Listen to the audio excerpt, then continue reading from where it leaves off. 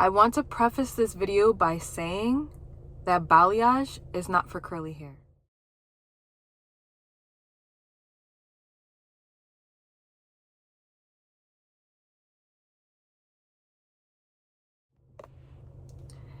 Hi guys, welcome back to my channel. My name is Felicia. Please like and subscribe this video. Stay tuned to the end to hear my final opinion on highlights for curly hair.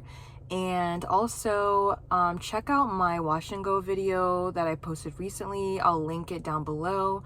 Also in the description of that video, you can find all the products I use to maintain my highlighted curly hair. So I want to talk about my horror story. Well, I have a couple horror stories with highlighting my curly hair. So one lesson learned is that you do not drive down the street and find any salon and drive into that salon and ask for highlights. That's what I did my very first time getting highlights, and it was a European lady, which nothing wrong with that. I've seen European women do curly highlights very well. It's just this woman in particular, she was a little bit older. She didn't seem experienced with my hair, but I was just so desperate for highlights that I just went along with it. And she literally just slapped bleach in my hair. She did do the weaving technique with the foils, but she dropped a chunk of bleach like right here on the top of my head and just left it, didn't fix it. She let it process. And then when I was done, she didn't even tone my hair. So I walked out with orange hair. It was horrible. So that's number one. Number two, I had learned a little bit from that experience. So I wanted to try getting highlights again. I found somebody in my city. I live in a city where the demographic is, let's just say I'm not a minority. So, and the girl who I went to do my hair, I saw her social media. She had a lot of good work, but what I failed to realize is that even though she had the same texture hair as me, or a little bit more dense, a little bit more curly, but similar, she did not have much experience with highlighting hair of this texture. She worked with a lot more looser textures. So I did see that she had done some hair lightening, but I ignored the fact that she didn't do highlights. So even though I liked her work, I put a lot of trust into this person when I shouldn't have, to get the highlights that I wanted. And we also did not do a consultation. So she's like, we'll just do a strand test the day you get there.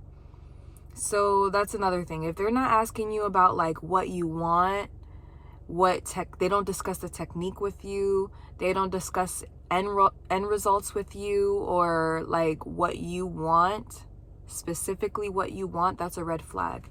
So I went in to see her on my birthday, and I sat in the chair, and she did a strand test, and then she's like, yeah, your hair took fine to the bleaching, or they don't call it bleaching, the lightening, so we'll go ahead and proceed.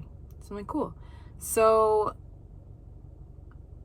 I asked her once she started like parting my hair and everything, I said, so what technique are we going to do? Are we going to do foils, or what? I don't know any other techniques really for highlighting. So she goes, no, we're going to do a balayage. So in that moment, I felt like things were going to go south, but I still trusted the process more than I should have. So I'm like, okay, balayage. She's like, yeah, you mentioned that you don't want so much blonde, and if you foil highlights are if you want more blonde. That's not true. So she went into sections of my hair, and mind you, my hair is growing out from like postpartum and hair loss and all those things, so my ends are thinner than my roots. So she's back combing the bulk, right? The bulk of the shorter pieces of my hair, she's back combing, but then she's like highlighting what's left out, which are like the ends of my hair. So basically when I was done, my roots were dark and my ends were like bright. I don't even know if I can call them blonde. They were kind of like yellow. And it looked horrible. Like, and you know your hair does not look good if you get your hair done and you go around friends and family and they kind of avoid commenting on the fact that you got your hair done. Like, it just goes unsaid. Like, nobody says, hey, your hair looks nice. Oh, did you do something different with your hair? Like, nobody says anything. They just kind of look at you. You know it's not cute. So that's kind of what happened to me. So it was horrible.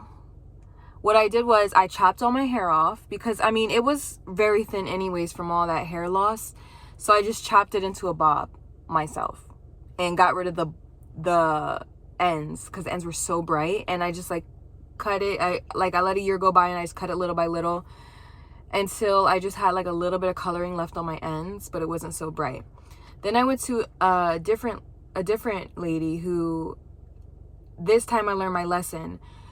I went on her Instagram and saw that she had clients, tons of clients with similar texture to mine and the exact results that I wanted. So I was able to, and it's funny because I took this girl's work. I took a couple pictures of this girl's work to the other girl. She was closer to me. So she was right up the street from me. So I didn't want to have to drive across town to go to the other girl. B, it was half the price.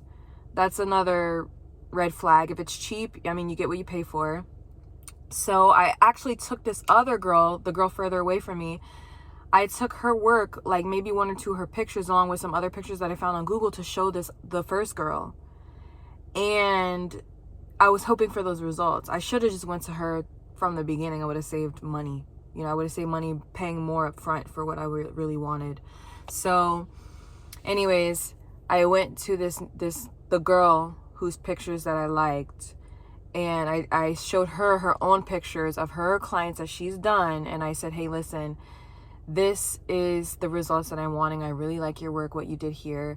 And then she was able to discuss with me how she obtained those results and exactly what she would do to my hair. So moral of the story is, if you have to take somebody else's work to somebody else to show them the results that you want because they don't have pictures on their social media of what you want, that's a red flag. And again, I want to reiterate, for a tight curly hair texture like mine, balayage is not the right lightening technique. I mean, it may look good on some, you may have had good experience with it, but with me and my hair and my experience, it was not good. So I do not suggest it.